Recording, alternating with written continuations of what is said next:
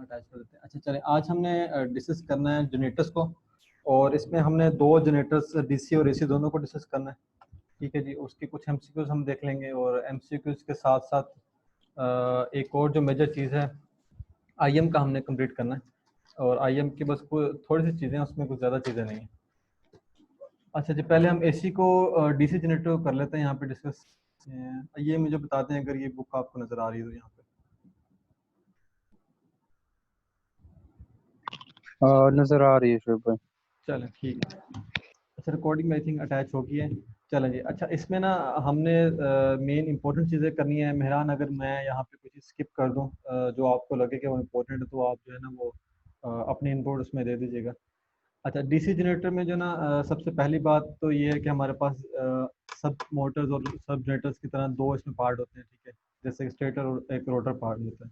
अब इसमें डीसी के केस में होता क्या है बेसिकली, कि थोड़ा सा जो डिफरेंस होता है वो ये होता है कि हमारे पास मैकेनिकल एनर्जी जो है ना वो इलेक्ट्रिकल में हो रही होती है। ठीक है, तो मैं ये वन बाय वन इसको स्टार्ट करूंगा स्टार्ट से, और इसको बेसिक से फिर हम कॉम्प्लेक्स और थोड़ा सा डेप्थ के चल जाएंगे चीज़ों के अंदर, जो सारी इसमें कॉम्प्लेक्स चीज़ें दी हुई हैं, इसकी कंस्ट्रक्शन और इसकी वर्किंग वगैरह। अच्छा, अब मैकेनिकल एनर्जी जो है ना वो हमारे पास इसमें जनरेटर के अंदर ना वो किसी भी फॉर्म में हो सकती है। लाइक वो पेट्रोल भी हो सकता है, वो टरबाइन हो सकती है, वो डीजल भी हो सकता है। ठीक है जी। अच्छा, बाकी जो इलेक्ट्रिकल अब आपके पास एनर्जी हो रही होती है वो आपको आउटपुट में मिल रही होती है। ठीक है, पहली चीज़। दूसरी चीज़ है कि उसके ऊपर कौन सा फिनोमेना वर्क कर रहा होता है, तो वो Faraday law of electromagnetic induction work करता है। ठीक है, तो ये सारी मैं जो चीज़ें बता रहा हूँ ये मैं इससे बता रहा हूँ। ठीक है, ये मैं जो अभी सारी चीज़ें बता रहा हूँ। अच्छा जी, हमारे पास चीज़ें क्लियर होगी। उसके बाद हमारे पास जो है ना ईएमएफ जो होता है वो इंड्यूस, जो हमारे पास वोल्टेज होते हैं वो किसके ऊपर डिपेंड करते हैं, वो हमारे पास इंड्यूस ईएमएफ के थ्रू कर रहे होते हैं। ठीक है, जब इंड्यूस ईएमएफ हमारे पास उसमें होता है, आर्मेचर कॉइल के ऊपर होता है। अब आर्मेचर कॉइल हमारे पास कहाँ पे होती है, हमारे पास रोटर के ऊपर होती है। ठीक है, तो ये थोड़ा सा डिफरेंस आपने रखना है डीसी जनरेटर और एसी जनरेटर में, कि एसी में हमारे पास जो होता है वो आर्मेचर जो है ना हमारे पास स्टेटर के ऊपर होती है, और डीसी जनरेटर के ऊपर जो हमारे पास आर्मेचर होती है वो रोटर के ऊपर होती है, यानी कि रोटेटिंग पार्ट के ऊपर होती है। अच्छा, अब इसमें ये सिंपल सा इसका इंड्यूस ईएमएफ का फॉर्मूला है कि रेट ऑफ चेंज ऑफ जो आपके पास फ्लक्स इंड्यूस होता है, तो उसकी वजह से हमारे पास इंड्यूस ईएमएफ जो है ना वो आर्मेचर कॉइल के ऊपर आ रहा होता है। उसका फॉर्मूला सिंपल सी है, number of turn is equal to D five by D T. ठीक है, यानी कि वो चेंज ऑफ फ्लक्स को इसमें शो कर रहा है। अच्छा, अब इसमें जो है ना अगर मैं वाइंडिंग की बात करूँ तो दो तरह की इसमें वाइंडिंग होती है, यानी कि एक फील्ड वाइंडिंग होती है और एक जो है आर्मेचर वाइंडिंग होती है। ठीक है, अगर हम वाइंडिंग के पॉइंट पे हम इसको डिस्कस करें। अच्छा, इसमें होता क्या है बेसिकली, कि जो आपका डीसी जनरेटर में जो आपका मैग्नेटिक फील्ड है ना वो स्टेशनरी, पहली बात वो जो है ना स्टेशनरी होता है। ठीक है, लेकिन इसमें जो आपका कंडक्टर है वो मूव करता है। ये इसमें एक बात याद रखनी है कि मैग्नेटिक फील्ड आपके डीसी के केस में स्टेशनरी होता है, और इसमें आपका कंडक्टर जो है वो मूव करता है। ये सारी बातें जो है ना ये पहले इसके इसमें लिखी हुई है पॉइंट के अंदर, यानी ये लिखा हुआ है मैग्नेटिक फील्ड इसमें स्टेशनरी होता है, वो आपका कंडक्टर जो है मूव करता है। ये भी हम इसको आगे डिस्कस करेंगे। अच्छा, अब इसमें सबसे पहले तो इंड्यूस ईएमएफ का जो फार्मूला होता है वो क्या होता है, is equal to P L B होता है साइन थीटा। ठीक है, अगर वो क्वेश्चन ये आ जाता है कि आपका किस एंगल पे या किस टर्न पे आपका ईएमएफ जो है वो मैक्सिमम होता है, तो वो जब आपका परपेंडिकुलर होता है आपका जो आपका फ्लक्स होता है कॉइल का, फील्ड का और आर्मेचर का, जब वो आपस में परपेंडिकुलर होते हैं, उस केस में आपके पास ईएमएफ मैक्सिमम होता है। कैसे होता है कि परपेंडिकुलर का मकसद ये मतलब ये होगा कि 90 का एंगल बन रहा होगा, तो साइन 90 को अगर हम यहाँ पे करते हैं तो आपके पास इंड्यूस ईएमएफ जो है वो फिर आपके पास क्या आता है, मैक्सिमम आता है। ठीक है, तो ये एक बात यहाँ पे हमने याद रखनी है, ये इसमें से हमारे पास एक क्वेश्चन बन सकता है। अच्छा, नेक्स्ट अगर हम मूव करते हैं तो यहाँ पे ईएमएफ ये बता देता है कि ईएमएफ जो है वो किन किन पॉइंट्स के ऊपर डिपेंड कर रहा होता है। ये जो मैंने मैक्सिमम की बात की, ये मैंने इसी ये फिगर के ऊपर से ही बात की हुई, जो मैंने मैक्सिमम की बात की। अच्छा, अब इसके ऊपर अगर बात करें कि वो ईएमएफ जो है वो हमारा किस पॉइंट्स के ऊपर डिपेंड कर रहा होता है, तो वो हमने अगर हम फार्मूला को देख देख लें, यहाँ पे मेरे पास फार्मूला जो है ना हमने डिस्कस किया था कि स्पीड के ऊपर करता है बेसिक, उसके नंबर ऑफ कंडक्टर के ऊपर कर रहा होता है, और डेंसिटी के ऊपर करता है, और आर्मेचर की नेचर के ऊपर करता है, उसके ऊपर डिपेंड कर रहा होता है। ठीक है जी। अगर हम इसको थोड़ा सा और एलेबोरेट कर लें इस फार्मूला को, यानी कि यहाँ पे मैं फार्मूला साइड पर ऐड कर देता हूँ, E is equal to N phi Z P by 60 A. ये होता है हमारे पास ईएमएफ इक्वेशन होती है in case of DC generator. अगर मैं बात करूँ इन केस ऑफ एसी, तो वो आई थिंक 2.2 समथिंग होती है, 2.22 एन फाइव पी के केस में होती है। किस तरह की उसकी इक्वेशन होती है, उसको भी हमें अभी जो है ना डिस्कस कर लेते हैं। अच्छा, अब इसमें जो है ना हमारे पास फ्लक्स डेंसिटी के ऊपर डिपेंड कर रहा है, ईएमएफ नंबर ऑफ कंडक्टर के ऊपर कर रहा है, स्पीड के ऊपर कर रहा है, नेचर ऑफ आर्मेचर बाइंडिंग के ऊपर कर रहा है। ठीक है, तो ये हमारे पास यहाँ पे चीज़ें क्लियर हो गई। अच्छा, इसके बाद इसमें जो एक इम्पोर्टेंट चीज़ है वो ये है कि इसमें अगर थोड़ा सा हम डिस्कस और कर लें कि जनरेटर के हमारे पास जो पार्ट्स होते हैं वो जो रोटर स्टेटर और रोटर होता है उसमें फर्दर जो है ना वो किस तरह की वर्किंग होती है, उसकी किस तरह से कंस्ट्रक्शन होती है। ठीक है जी, उसको हम अभी देख लेते हैं। अच्छा, अब सबसे पहले एक और यहाँ पे चीज़ है कि हम अगर डिवीजन करना चाहें अपने जनरेटर को तो वो किस किस के ऊपर करते हैं। दो किस्म की डिवीजन हम करते हैं अपने जनरेटर की। एक तो हम वो जनरेटर्स कह रहे होते हैं जो कि हमारे पास सेपरेटली एक्साइटेड हो रहे होते हैं, यानी उनको हम सेपरेट एक्साइट करते हैं विद द हेल्प ऑफ कह लें टर्बाइन आप कह लें या फिर उसको डीसी सोर्स कह लें। ठीक है, और जो दूसरा आपके पास सेल्फ आपके पास एक आ जाता है। ठीक है, जो सेल्फ के केस में क्या होता है कि वो सेल्फ एक्साइटेड जनरेटर होता है। तो ये आपके पास दो टाइप के जो है ना वो आ रही होती है। अगर मैं यहाँ पे सेपरेट एक्साइटेड की बात करूँ तो वो मैंने बताया था कि थर्ड सोर्स आपको देना पड़ता है, यानी कि बैटरी आपको अटैच करनी पड़ती है, यानी कि फील्ड वाइंडिंग जो है ना उसको आपको सेपरेट जो है ना वो करना पड़ता है, एनर्जाइज करना पड़ता है फील्ड वाइंडिंग को। अच्छा, इन केस ऑफ सेल्फ जो आपका होता है उसके अंदर क्या होता है कि उसमें जो सप्लाई होती है फील्ड करंट की, ठीक है, वो इटसेल्फ जो है ना वो मैग्नेटिक फील्ड को इंड्यूस कर रही होती है। जो हम सप्लाई करते हैं फील्ड वाइंडिंग के ऊपर, वो जो फील्ड करंट के ऊपर, तो वो इटसेल्फ मैग्नेटिक फील्ड को जो है ना वो इंड्यूस कर रही होगी। तो उसकी वजह से वहाँ पे हमें सेपरेटली उसको एक्साइट करने की जरूरत नहीं पड़ती। अच्छा, बाकी यहाँ पे सिंपल एक, अच्छा ये लैप बाइंडिंग और वेव बाइंडिंग की बात की थी मेहरान आई थी, तो इसका कंसेप्ट यहाँ पे इंपॉर्टेंट है। डीसी जनरेटर में जो क्वेश्चन आता है ना वो मैंने देखे थे एक दो क्वेश्चन, तो उन्होंने डीसी जनरेटर के केस में पूछे हुए थे लैप बाइंडिंग और वेव बाइंडिंग के। तो यहाँ पे मैं डिस्कस कर दूंगा पूरे स्लैब बाइंडिंग और वेव बाइंडिंग को, किसमें क्या क्या फैक्टर्स हमारे पास इंपॉर्टेंट है। अच्छा, उससे पहले मैं ईएमएफ इक्वेशन को थोड़ा सा यहाँ पे ड्राइव कर दूँ यहाँ पे कि ईएमएफ इक्वेशन जो है ना वो बेसिक होती क्या है हमारे पास। अच्छा, पहले बल्कि हम इसको कर लेते हैं क्योंकि उसमें ईएमएफ इक्वेशन में कुछ लैप बाइंडिंग और वेव बाइंडिंग का आता फैक्टर आ जाता है, तो हम देख लेते हैं। ठीक है, अच्छा इसमें ना हमारे पास सबसे पहले तो मैंने आपको बता दिया कि इसमें रोटर आपका होता है और रोटेटिंग पार्ट होता है, स्टेटर हमारे पास स्टेशनरी होता है। अगर बाइंडिंग की बात करें दो तरह की बाइंडिंग होती है, फील्ड होती है और आर्मेचर होती है। जो हमारे पास आर्मेचर बाइंडिंग होती है उसका काम ये होता है कि उसने जनरेट करना होता है ईएमएफ, और जो हमारे पास फील्ड बाइंडिंग होती है उसका काम होता है कि उसने फ्लक्स जनरेट करना होता है। ठीक है, और फर्दर अगर मैंने अगर ये जो लैब बाइंडिंग और वेव बाइंडिंग है ये अगर फर्दर क्लासिफिकेशन है नेचर की, यानी अगर बात करें कि बाइंडिंग की नेचर किस तरह की होती है तो वो लैब बाइंडिंग भी हो सकती है और वेव बाइंडिंग भी हो सकती है। ठीक है, तो ये दो तरह की उसमें चीज़ें हो जाती हैं। अच्छा, अब यहाँ पे हम लैब बाइंडिंग की बात करते हैं। इसमें हमने लैब में सारी चीज़ें नहीं करनी है, सिर्फ हमने सिर्फ दो चीज़ें इसमें पॉइंट में डिस्कस करनी है। पहली चीज़ जो है ना वो ये करनी है कि हमारे पास जो नंबर ऑफ पोल्स होते हैं वो हमारे पास number of poles is equal to number of parallel path हमारे पास होते हैं आर्मेचर के। ये पहली एक इंपॉर्टेंट बात है। ठीक है, और यही आपस में इज इक्वल टू होते हैं नंबर ऑफ ब्रशेस में, जो कि यहाँ पे लिखा हुआ है, इस पार्ट को मैंने यहाँ पे करा। ठीक है, ये एक इसमें इंपॉर्टेंट पॉइंट ये वाला है। अच्छा, उसके बाद जो आपने इसमें थर्ड पॉइंट आपने याद रखना है, ये तो पहला हो गया है नंबर ऑफ पोल्स हमारे पास नंबर ऑफ पैरेलल पाथ के इक्वल आ जाते हैं। ठीक है, लैब बाइंडिंग में। और सेकंड आ गया नंबर ऑफ ब्रशेस हमारे पास नंबर ऑफ पोल्स के इक्वल होते हैं। और जो हमारे पास थर्ड इंपॉर्टेंट पॉइंट है वो ये होता है कि इसके अंदर कॉम्यूटेटर जो पिच होती है वो प्लस माइनस वन होती है। ठीक है, ये आपने इसमें याद रखना है। ये हम अभी आगे वेव बाइंडिंग में देखेंगे, वेव बाइंडिंग में थोड़ी सी डिफरेंट होती है, तो वो भी हम अभी डिस्कस करेंगे। ठीक है जी, ये स्टेप बाय स्टेप हम इसको देखें, बाकी जितने भी फैक्टर्स हैं आप उसको जो है ना वो स्किप कर सकते हैं। अच्छा, क्वेश्चन एक आता होता है बहुत ज़्यादा कि लैब बाइंडिंग हम यूज़ मतलब किस लिए करते हैं, किस पर्पज़ के लिए यूज़ करते हैं। या इस तरह पूछ लेता है, या फिर एक चीज़ ये पूछ लेता है हमारे पास कभी कि लैब बाइंडिंग जो है कौन सी बाइंडिंग होती है जो हमारे पास हाई करंट के लिए यूज़ होती है। तो जो हाई करंट के लिए यूज़ होती है वो हमारे पास लैब बाइंडिंग होती है, यानी कि इसको हम हाई करंट के लिए यूज़ करते हैं। और जो हमारे पास वेव बाइंडिंग होती है उसको हम लो करंट के लिए यूज़ करते हैं। ठीक है जी, तो ये इसको आपने देख लेना। फर्दर आप ये नंबर ऑफ पैरेलल पाथ अगर वो कुछ पूछ ले, क्योंकि ये डिपेंड कर रहे हैं नंबर पोल्स के ऊपर, वो डिपेंड कर रहे हैं ब्रशेस के ऊपर, तो इसको आप देख लीजिएगा कि ये मल्टीप्लिसिटी जो है ना इज मल्टीप्लाई बाय पी, यानी कि पोल्स के ऊपर इसका क्रॉस प्रोडक्ट है। ये मल्टीप्लिसिटी ऑफ बाइंडिंग असल में लेयर्स होती हैं कि वो कितनी स्लॉट्स को ऐड किया गया है, वो आ रहा होता है उसके ऊपर।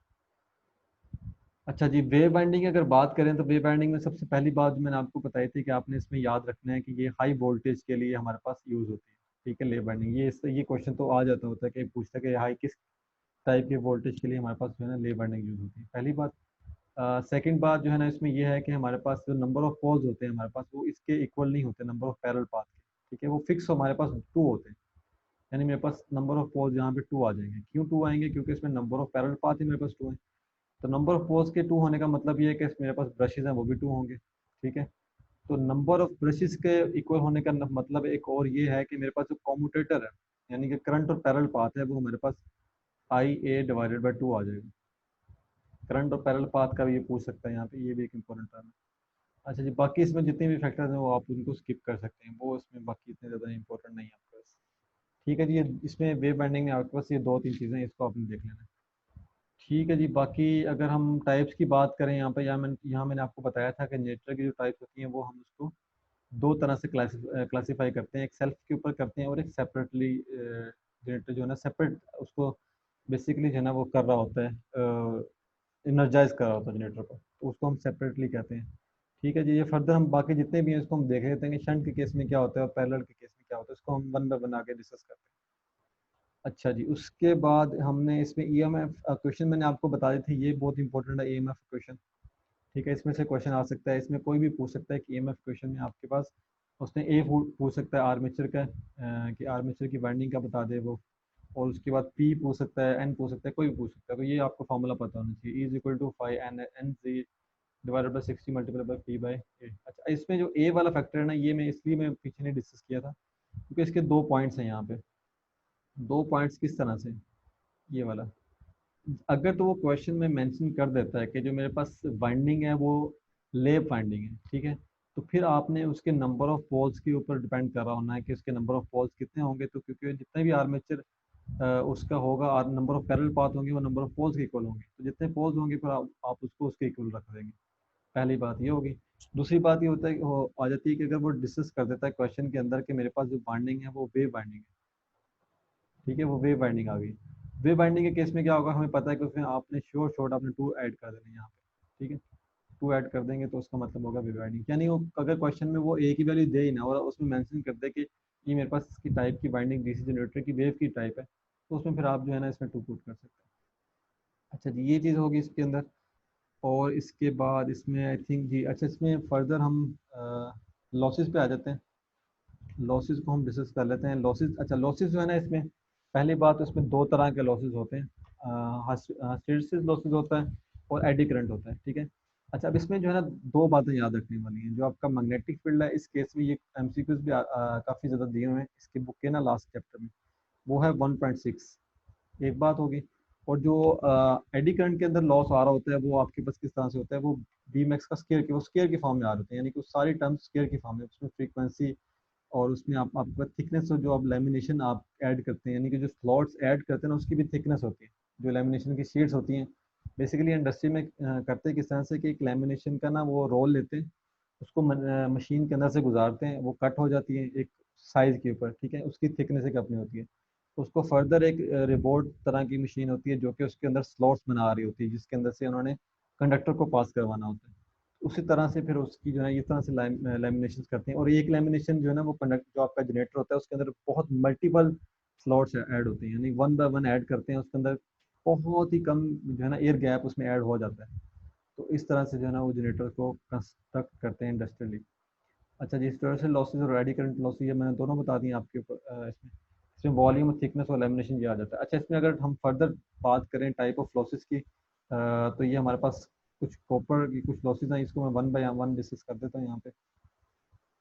अच्छा जी, सबसे पहला इसमें हमारे पास कॉपर लॉस आ रहा है। अच्छा, कॉपर लॉस है ना, ये हमारे पास दो तरह से अकर कर रहे होंगे। एक तो आर्मेचर के अंदर कर रहे होंगे, ठीक है, आर्मेचर के कॉपर लॉस होंगे जो कि हमारे पास आई स्केयर और आई स्केयर ए आर के इक्वल होंगे, ठीक है। ये मैं अगर यहाँ पे ना, क्योंकि आर्मेचर जो होता है ना आपका, यहाँ समझने कि यहाँ पे ईएमएफ आपका इंड्यूस हो रहा है, और जो आर्मेचर अटैच है उसकी कुछ ना कुछ रेजिस्टेंस होगी और उसी का कुछ ना कुछ करंट होगा, और उसकी जो है ना रिएक्टेंस भी होती है कुछ ना कुछ।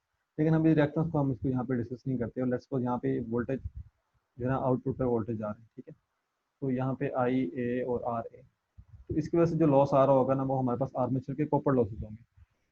अच्छा जी, उसके ऊपर हम अगर फर्दर इसमें थोड़ी बात करें तो ये हमारे पास फील्ड के इसके अंदर कॉपर लॉसेज आ जाते हैं, यानी जाहिर सी बात है कि फील्ड की जो कॉपर लॉसेज होंगे वो शंट के केस में आ रहे होंगे, ठीक है, यानी पैरेलल के केस में आपके पास आते हैं। अच्छा, अब इसमें एक बात आपने याद रखनी है, ये हमारे पास लास्ट में दिया हुआ है कि जो हमारे पास कॉपर लॉसेज होते हैं उसमें आपने ब्रश ब्रश के जो लॉसेज है ना वो भी इसको काउंट भी करना है, ठीक है, इसको काउंट करना है। अगर एक क्वेश्चन पूछे तो ये अराउंड 2 वोल्ट के इक्वल होते हैं जो ब्रश के लॉसेज होते हैं, तो ये मेरे ख्याल में, लेकिन फिर भी इसको देख लीजिएगा ये पॉइंट को, ये पूछ सकता है रिमार्क्स में क्योंकि ऐड हुआ होगा। अच्छा, मैं आगे नेक्स्ट जो है वो आपके पास मैग्नेटिक लॉसेज हैं। मैग्नेटिक लॉसेज जो हमने ऊपर डिस्कस भी किए हैं, वो हिस्टैरिसीस लॉसेज और आपके पास दूसरे जो हैं एडी करंट लॉस इस तरह के फॉर्म में आ रहे होते हैं। ठीक है जी। उसके बाद आपके पास मैकेनिकल लॉस आ जाता है। मैकेनिकल लॉस में आपके पास जो है वो दो तरह के लॉसेज। मैकेनिकल लॉसेज बेसिकली क्या होते हैं, वो अपने मशीन के कुछ लॉसेज होते हैं जिसमें वो बैंडेज लॉसेज आपके पास आ जाता है, और कुछ फ्रिक्शन के लॉसेज आ जाते हैं, या कुछ स्लिप रिंग अगर ऐड हुए हैं तो उसकी वजह से कुछ लॉसेज आ जाते हैं, ब्रश अगर ऐड है तो उसकी वजह से कुछ फ्रिक्शन की वजह से लॉसेज आ रहे होते हैं, जो एयर के गैप होते हैं उसकी वजह से भी कुछ लॉसेज होते हैं। इस तरह के जो लॉसेज होते हैं वो मैकेनिकली मतलब उसके लॉसेज में वो काउंट हो रहे होते हैं। ठीक है जी। अच्छा, एफिशिएंसी की जहाँ तक बात की जाए तो एफिशिएंसी में सिर्फ आपने ना एक तो ओवरऑल एफिशिएंसी का पता होना चाहिए आपको। ठीक है जी, ओवरऑल ओवरऑल एफिशिएंसी का फॉर्मूला क्या है। ठीक है, ये बात होगी। और दूसरी बात जो है ना, वो ओवरऑल एफिशिएंसी जो है ना वो किसका प्रोडक्ट होती है, यानी कि आपके पास वो mechanical efficiency cross electrical efficiency, इन दोनों का अगर प्रोडक्ट लेते हैं तो आपके पास उसकी ओवरऑल एफिशिएंसी आ जाती है। अगर हम उसकी और लोड के पॉइंट ऑफ व्यू से बात करें तो आपके पास आउटपुट के ऊपर लोड आ रहा होगा, ओवर जितने भी आपके पास मैकेनिकल पावर सप्लाई की होगी, उसको हम डिवीजन करते हैं तो आपके पास उसकी जो है ना वो एफिशिएंसी आ जाएगी। ठीक है जी। अच्छा, क्वेश्चन इसमें ये आता है एफिशिएंसी के पॉइंट में, जो मेन क्वेश्चन होता है वो ये होता है कि जो आपके पास लॉसेज होते हैं वो मैक्सिमम एफिशिएंसी कब आपके पास अटेन हो रही होती है, वो हमारे पास जब हमारे पास वेरिएबल जो लॉसेज होते हैं। ठीक है, वेरिएबल लॉसेज को आप ये कह लें कि जो आपके पास कॉपर लॉसेज होते हैं वो वेरिएबल लॉसेज होते हैं, आई स्केयर आर वाले। और जो आपके पास कांस्टेंट लॉसेज होते हैं वो आपके पास, क्योंकि कांस्टेंट उन्होंने होना होता है आप मैग्नेटिक लॉसेज से कहते हैं हिस्टैरिसीस और एडी करंट लॉसेज, ये आपके पास कांस्टेंट लॉस होते हैं। ये जब दोनों इक्वल आपस में हो जाते हैं तो उस केस में क्या आपके पास होता है कि एफिशिएंसी जो होती है वो बिल्कुल उसकी मैक्सिमम हो जाती है। ठीक है, उस केस में हम मैक्सिमम एफिशिएंसी अटेन कर सकते हैं। अच्छा जी, आगे हम अच्छा, आर्मेचर रिएक्शन जो है ना ये यहाँ पे एक इम्पोर्टेंट फैक्टर है। लेकिन उससे पहले जो है ना हमारे पास एक क्वेश्चन आया हुआ था एनटीएस के अंदर। क्वेश्चन इस तरह से था कि how to find a load current in DC generator. Load current जो है ना वो हम डीसी जनरेटर के अंदर कैसे फाइंड कर सकते हैं। ठीक है, तो उसका फार्मूला ये वाला फार्मूला है। वो किस तरह से फार्मूला है कि इस केस में हमारे पास copper loss divided by armature reactance, यानी कि आर ए और डब्ल्यू ई, इसका अंडर रूट ले लें तो आपके पास लोड का करंट आ जाएगा। ठीक है, तो लोड की करंट की जो है ना वो मैक्सिमम एफिशिएंसी पे उसकी वो आ जाएगा कि कितना वो लोड करंट वहाँ पे मिल रहा है। तो इसका आपने फार्मूला याद रखना है, I is equal to W E divided by R A. अच्छा, उसके बाद हम अगर फर्दर मूव करते हैं तो यहाँ पे हमारे पास आर्मेचर रिएक्शन आ जाता है। आर्मेचर रिएक्शन जो है ना वो ये बहुत इंपॉर्टेंट है आपके पास, क्योंकि इसमें से भी क्वेश्चन काफ़ी ज़्यादा आ जाते हैं समटाइम। अच्छा, इसको मैं अगर जेनेरिक बात करूँ आर्मेचर की, तो ये होता क्या है बेसिकली, ये असल में ये कहता है कि आर्मेचर की वजह से जो रिएक्शन हो रहा होता है ना, यहाँ जो इफेक्ट होता है आर्मेचर की मैग्नेटिक फील्ड की वजह से या उसकी इफेक्ट की वजह से, जो भी इफेक्ट हो रहा हो किसी उसकी करस्पॉन्डिंग प्लेस के ऊपर, तो उसको हम आर्मेचर रिएक्शन कहते हैं। अच्छा, आर्मेचर रिएक्शन ना वो दो तरह से हो सकता है, या तो वो डीमैग्नेटाइज कर रहा होगा। लेट्स सपोज अगर आर्मेचर हमारा रोटर के ऊपर है तो वो स्टेटर को डीमैग्नेटाइज कर रहा होगा, या फिर स्टेटर के ऊपर जो है ना कुछ डिस्टोर्शन जो है ना वो अप्लाई कर रहा होगा। ठीक है, स्टेटर में। तो वो क्यों करता है, क्योंकि उसके अंदर रोटर की अपनी एक वाइंडिंग जो उसकी होती है, कंडक्टर की वाइंडिंग होती है। कंडक्टर की वाइंडिंग के अंदर बेसिकली होता क्या है कि ईएमएफ इंड्यूस होता है, और इसी ईएमएफ इंड्यूस की वजह से मैग्नेटिक फील्ड वगैरह जो है ना वो जनरेट होना शुरू हो जाता है स्टेटर के ऊपर। ठीक है, तो वो उसके जो है इफेक्ट को बेसिकली कैंसिल कर रहा होता है उसके मैग्नेटिक फील्ड के। तो इसकी वजह से क्या होता है कि जो हमारे पास रोटर है वो इटसेल्फ जो है ना वो फ्लक्स इंड्यूस करना शुरू हो जाता है। उसी की वजह से फिर डीमैग्नेटाइज फिनोमेना आकर होता है और डिस्टॉर्शन का फिनोमेना आकर होता है। तो यही सारा उसने यहाँ पे मेंशन किया हुआ है, तो इसको अभी आप रीड कर लीजिएगा। इसमें बस दो चीज़ें इंपॉर्टेंट हैं यहाँ पे, तो एक है ट्रेलिंग पोल टिप और एक है लीडिंग पोल टिप। यहाँ पे ये लिखा भी होगा, ये है यहाँ पे ट्रेलिंग पोल टिप और एक लीडिंग पोल टिप, ये दोनों चीज़ें क्या होती हैं। अच्छा, अगर तो हमारे पास जो फ्लक्स है आर्मेचर के, जो रोटर का फ्लक्स है, अगर वो वन टाइम सिंगल टाइम के साथ ही वो स्टेटर के साथ वो टच हो जाए, यानी स्टेटर को डीमैग्नेटाइज कर दे, तो उसकी वजह से जो हमारे पास उसको हम लीडिंग पोल टिप कहते हैं, यानी कि वो लीड कर रहा है उसको। अगर वो सेकंड या थर्ड या फर्स्ट टाइम के बाद जब मर्जी उसको कर दे, यानी कुछ ड्यूरेशन के बाद कर दे, तो उसको फिर वो हम ट्रेलिंग पोल टिप कहते हैं। ठीक है, तो ये दो चीज़ों को अपने बस माइंड में रखना है। इसके बाद यहाँ पे, अच्छा इसके बाद यहाँ पे मैकेनिकल डिग्री का फार्मूला यहाँ पे इम्पोर्टेंट है। मैकेनिकल डिग्री का क्वेश्चन भी आ जाता है हमारे पास। ये मैकेनिकल डिग्री, ये इसको इसको फार्मूला इसको याद कर लें, इसको याद कर लें, एक ही बात है। अच्छा जी, मैकेनिकल डिग्री क्या कहती है? मैकेनिकल डिग्री ये कहती है कि ये two theta E over P, इस तरह से इसका फार्मूला होता है। ठीक है जी। उसके अंदर ये जो हमारे पास है ये इलेक्ट्रिकल डिग्री है, ये जो हमारे पास ये है मैकेनिकल डिग्री। ठीक है, तो यहाँ से अगर हमें मैकेनिकल डिग्री का भी फार्मूला फाइंड करना हो तो वो भी हम इजीली फाइंड कर सकते हैं, जो कि हमारे पास डेल आई थिंक ये del I think del M P divided by two, इस तरह से जो है ना थीटा के फॉर्म में आ रहा होगा। ठीक है जी। अच्छा, इसमें कुछ करेक्टरिस्टिक हैं जनरेटर की, उसको हम देखते हैं, उसके बाद हम एसी जनरेटर पे मूव करते हैं। ये इसका बस लास्ट पार्ट है करेक्टरिस्टिक का, उसके बाद हम एसी जनरेटर पे मूव करेंगे। अच्छा जी, अब हमने जब कोई भी जनरेटर को देखना होता है ना कि ये जनरेटर किस तरह का है, इसकी क्या प्रॉपर्टीज हैं, तो उसकी हम करेक्टरिस्टिक्स देखते हैं पहले कि ये जनरेटर असल में जो है ना वो क्या, इसकी क्या फीचर्स हैं और क्या वो मतलब में आउटपुट पे उसकी क्या जो है ना कन्फिग्रेशन वगैरह है। तो करेक्टरिस्टिक में ना तीन चीज़ें हैं इसके, सबसे पहले आपको इसमें ये पता होना चाहिए। एक तो इसमें मैग्नेटाइजिंग जो है ना वो करेक्टरिस्टिक इसकी आ जाती है, उसमें इंटरनल करेक्टरिस्टिक आ जाती है इसकी, फिर एक्सटर्नल करेक्टरिस्टिक जो है ना वो आ जाती है। अच्छा, मैग्नेटाइजिंग इफेक्ट में वो क्या कहता है कि the characteristic give the relationship between EMF induce in armature at no load. ठीक है, अब नो लोड के ऊपर जो ईएमएफ जो है वो इंड्यूस हो रहा होगा आर्मेचर के ऊपर एंड द एक्साइटेशन करंट, ठीक है, एट अ गिवन स्पीड, उस वजह से हमारे पास जो लो लोड सेचुरेशन होगी उसको हम मैग्नेटाइजिंग करेक्टरिस्टिक में काउंट करते हैं। ठीक है, नो लोड के ऊपर आपके पास जो भी ईएमएफ वगैरह इंड्यूस हो रहा होगा आर्मेचर के ऊपर, उसको हम कहते हैं मैग्नेटाइजिंग करेक्टरिस्टिक। जो इंटरनल आपके पास होता है, इंटरनल की अगर बात करें तो ये आपके पास ईएमएफ के ऊपर होता है पहली बात, और दूसरा आर्मेचर करंट के ऊपर होता है। यानी कि ईएमएफ जो भी आपके पास रोटर के ऊपर आ रहा होता है स्लैश आर्मेचर का करंट अपना एक होता है, ये इंटरनल प्रॉपर्टी है, ये इसकी इंटरनल कैरेक्टरिस्टिक है। ठीक है, इस दोनों के रिलेशनशिप को हम क्या कहते हैं, इसको हम इंटरनल कैरेक्टरिस्टिक कहते हैं। ठीक है, इसकी यानी कि अगर मैं मैग्नेटाइजिंग के केस में बात करूँ, ये पहली जो इसकी कर्व है उसने नो लोड की बात की है, तो जैसे जैसे लोड बढ़ाते जाते हैं वैसे वैसे इसका जो है ना ईएमएफ इसका इंक्रीज होता जाता है। तो इसी तरह से अगर इंटरनल कैरेक्टरिस्टिक की बात करूँ तो वो उसके सब पार्ट में आ जाता है, तो उसका भी सेम फिनोमेना है। और अगर एक्सटर्नल की बात करूँ तो एक्सटर्नल के ऊपर बेसिक क्या होता है कि वो हमारे पास एक्सटर्नल कैरेक्टरिस्टिक होती है, यानी कि लोड या करंट के ऊपर वो आ रही होती है, यानी कि आउटपुट के ऊपर वो जो है ना वो मेंशन की होती है। तो ये इसकी तीन से प्रॉपर्टीज हैं।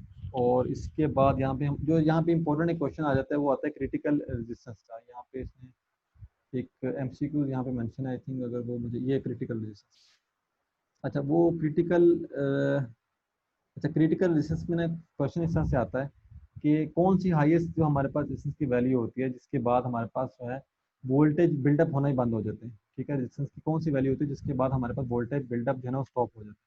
तो हमारे पास बेसिकली क्रिटिकल रेजिस्टेंस होती है।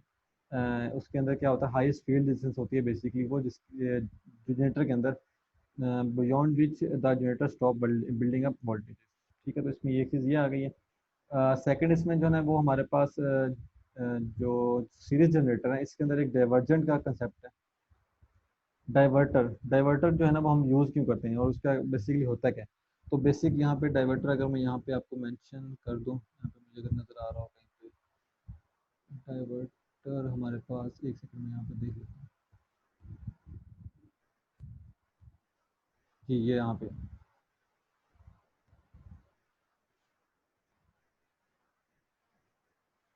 अच्छा ये हमारे पास डाइवर्टर जो है ना वो यूज़ होता है which is coil of a few ton.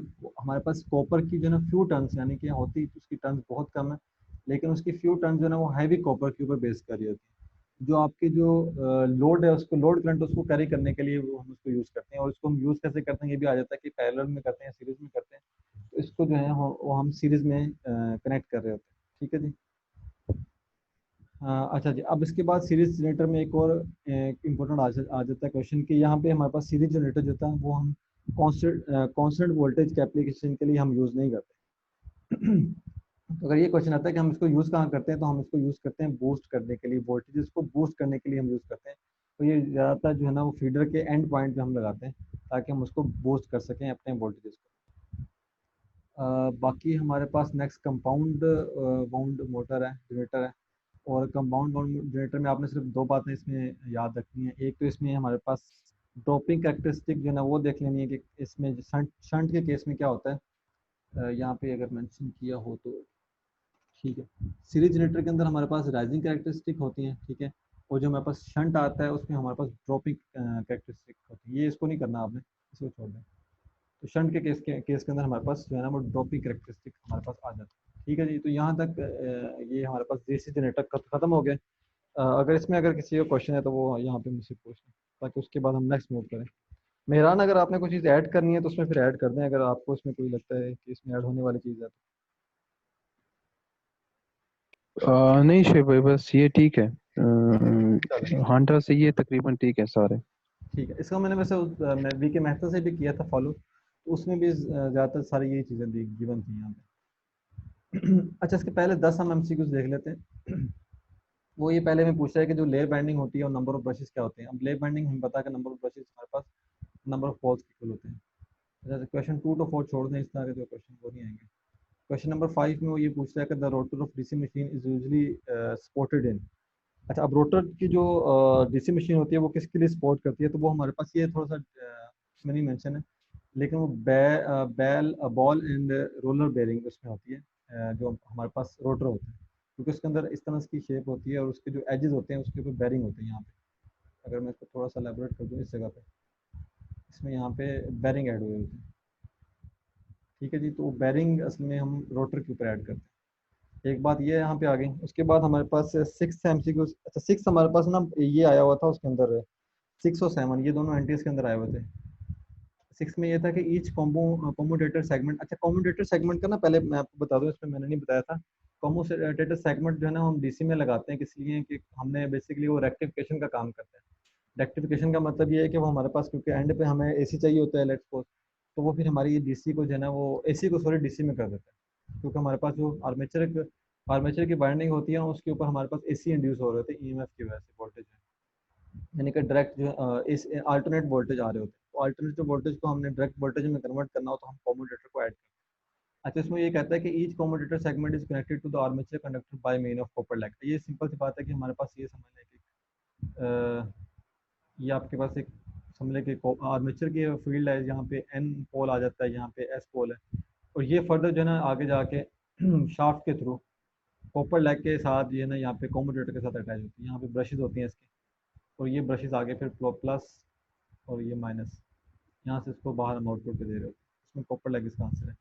अच्छा, अब इसमें अगर बात की जाए the two layer of lap wound four pole generator, इसका ये इंपॉर्टेंट है कि इसमें अगर पोल पिच फाइंड करनी हो तो पोल पिच का हमारे पास जो फार्मूला होता है वो होता है 16/4, यानी कि वो कहता है कि हमारे पास two layer of lap winding, एक में 4 पोल है, ठीक है, विद 16 पोल है। अगर इसमें 4 पोल है 16 पोल है तो इसमें हमारे पास greater pole divided by smaller pole जो भी होंगे उसमें हम डिवाइड करेंगे, तो ये इसमें इसको हम इस तरह से सॉल्व कर सकते हैं। अच्छा, इसके बाद अगर हम क्वेश्चन नंबर 9 पे चला जाएं, 8 को छोड़ दें बेसिक। इसमें इसने बेसिक आर्मेचर वोल्टेज ड्रॉप पूछा हुआ है, वो हमने इसमें फाइंड करना है। अच्छा, 9 अब हमारे पास इंपॉर्टेंट है। 9 भी इसमें पूछा हुआ है पेपर के अंदर कि डमी जो कॉयल होती है जनरेटर के अंदर वो क्या प्रोवाइड कर रही होती है। अच्छा, डमी जो कॉयल हम समटाइम ऐड करते हैं वो बैलेंस करने के लिए यूज़ करते हैं, बैलेंसिंग कंडीशन के लिए। यहाँ पे मेरे पास ये वाला क्वेश्चन है, तो ये होगा मैकेनिकली जो बैलेंस हम करते हैं ना रोटर को, उसके लिए हम डमी कॉयल एक यूज़ कर देते हैं। वो कॉयल ये करती है कि उस जो रोटर की उसकी मैकेनिकल प्रॉपर्टीज हो जाती हैं, जैसे उसकी फ्रिक्शन के कुछ लॉसेज हो जाते हैं, यानी मैग्नेटिक हिस्टेरिसिस और एडी करंट के जो लॉसेज होते हैं उसको बैलेंस कर देता है। लेकिन वो वोल्टेज क्योंकि कांस्टेंट होते हैं, उन्होंने होना ही होना होता है, लेकिन सम हाउ जो है ना उसमें वो उसको बैलेंस कर देता है जो आपकी डमी कॉयल होती है। उसके बाद जो 10th है ये भी इंपॉर्टेंट है। इसका सिंपल से ये क्वेश्चन फ्रीक्वेंसी पूछी है हमारे पास कि फ्रीक्वेंसी क्या होती है, तो उसका हमें पता है फॉर्मूला N = 120/P/F। तो उसमें एफ अगर फाइंड करना हो तो हम इससे फाइंड कर सकते हैं, उसका ये आता है P/N/120। ठीक है जी, इसी तरह से हम बाकी सारे सॉल्व करेंगे। अगर इसमें अगर कोई एमसीक्यूज में हुआ तो हम उसको जो है ना फर्दर सेशन क्लास में डिस्कस कर लेंगे। अच्छा जी, आई थिंक मेरे ख्याल में मैं इसको दूसरा मैं सेशन लिंक दे देता हूँ। ये मेरे ख्याल में अभी एंड होने वाला है, अगर किसी का क्वेश्चन है इसमें तो बता दें, नहीं तो हम इस पे बल्कि मैं स्टार्ट कर देता हूँ। यहाँ पे एसी को हमने शुरू करना है। एसी जनरेटर जो होता है उसको हम बेसिकली क्या कहते हैं कि वो हम सिंक्रोनस जनरेटर भी कहते हैं, उसको अल्टरनेटर अल्टरनेटर भी कहते हैं, तो इसके मुख्तलिफ नाम हैं।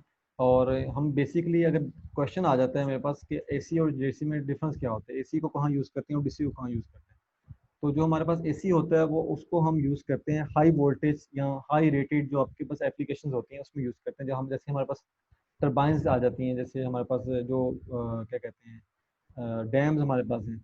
उस डैम के अंदर जो है ना जनरेटर्स यूज़ होते हैं, वो अल्टरनेटर्स एसी जनरेटर्स यूज़ होते हैं। उसमें कुछ साइलेंट पोल वाले होते हैं, नॉन साइलेंट पोल वाले होते हैं। अगर हम साइलेंट की मैं बात करूँ तो साइलेंट जो होते हैं ना, वो हमारे पास लो और मीडियम जो होती है ना स्पीड अल्टरनेटर की उसके लिए यूज़ करते हैं, लाइक 150 से लेके 500 आरपीएम से लेके 1000 आरपीएम तक। तो जो हमारे पास नॉन सैलिएंट जो पोल होते हैं वो अबव 1000 आरपीएम तक यूज़ करते हैं। अब जाहिर सी बात है, जो हमारे पास हाइड्रल टर्बाइंस वगैरह लगती हैं उसमें हमारे पास जो आरपीएम होते हैं वो ज़रा हाई पे आ रहे होते हैं। और अगर हम स्टीम की बात करें, स्टीम जो हमारे पास टर्बाइंस होती हैं उसमें फिर और आरपीएम ज़्यादा बन रहे होते हैं।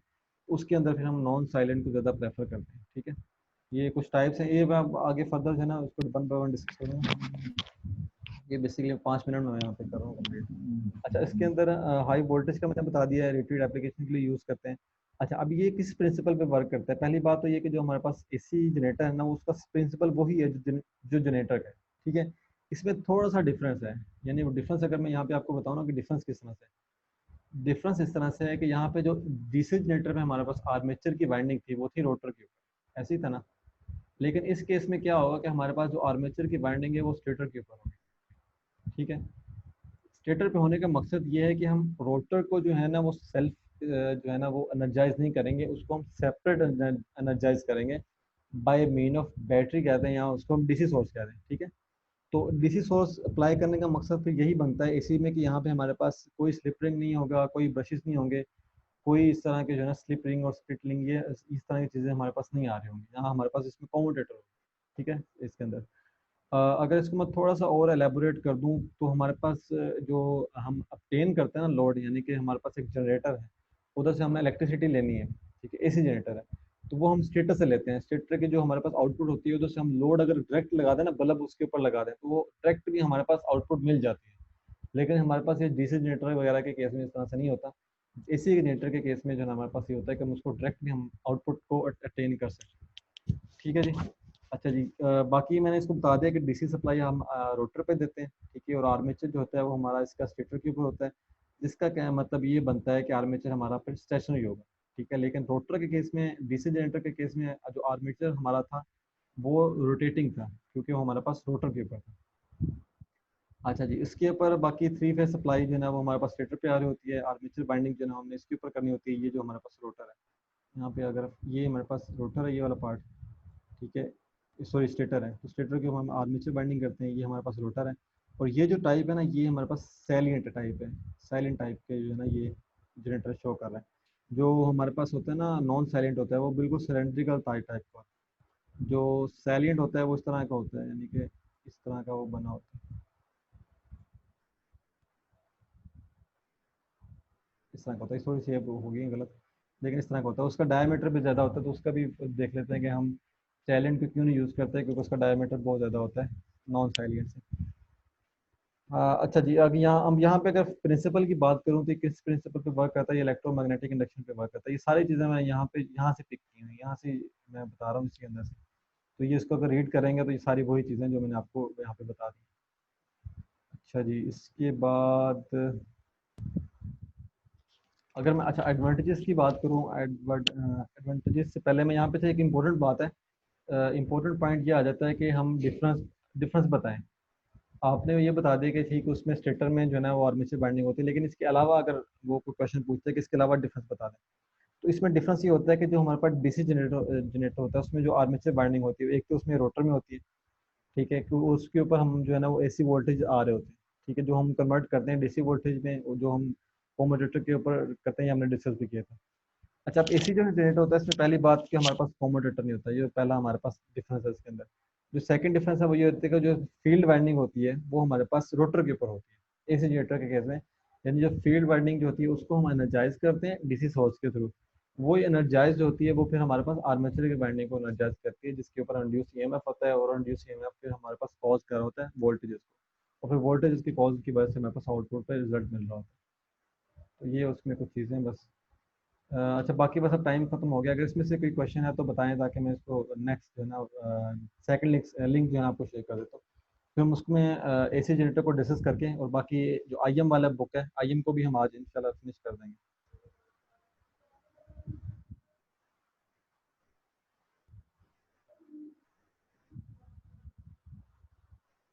मुझे चैट में आई थिंक बता दें अगर है क्वेश्चन। मेहरान है किसी का क्वेश्चन, अगर आपने कुछ चीज़ ऐड करनी हो तो। यार वो सेलिएंट और नॉन सेलिएंट पोल जो होते हैं ना मैक्सिमम 3000 के लिए यूज होते हैं, 3000 आरपीएम के लिए। हाँ, मतलब 1500 से लेकर 3000 के बीच में इसका रेंज होता है, और नॉर्मली ये 3000 से अबव या 3000 के लिए ज्यादा यूज होते हैं। बिल्कुल ऐसे ही। तो हाँ, तो आपने 1000 बताया था ना, इस वजह से मैंने कहा कि ये चेंज कर दो। इसको मैं अभी डिस्कस करूंगा इन डिटेल में, सैलेंट और नॉन सैलेंट को अभी मैं बताऊंगा जरा डिटेल में, तब मैं जरा इसको मेंशन कर दूंगा तो। ठीक है, हाँ चले मैं। वो कर लेना। जी। ओके। चले मैं इसका नेक्स्ट लिंक आपको शेयर करता हूँ ग्रुप में, फिर उसको हम स्टार्ट करते हैं।